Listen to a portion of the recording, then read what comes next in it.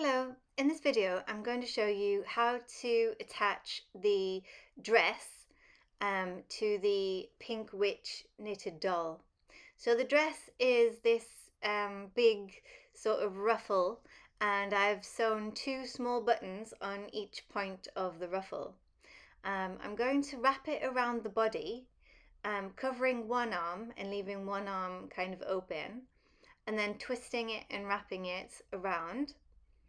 And when you're happy with the wrap, fasten one of the ends of the wrap with the button, like so. And then with the other side, kind of wrap it over the other arm and around the neck and fasten the other button to the back somewhere. And you can fiddle about with it until you're happy with how it looks. You can try and get another wrap around the neck if you can, so you have like a third sort of ruffle, or you can do it twice like this to get the dress to be kind of ruffly. And as you can see here, that's how it attaches.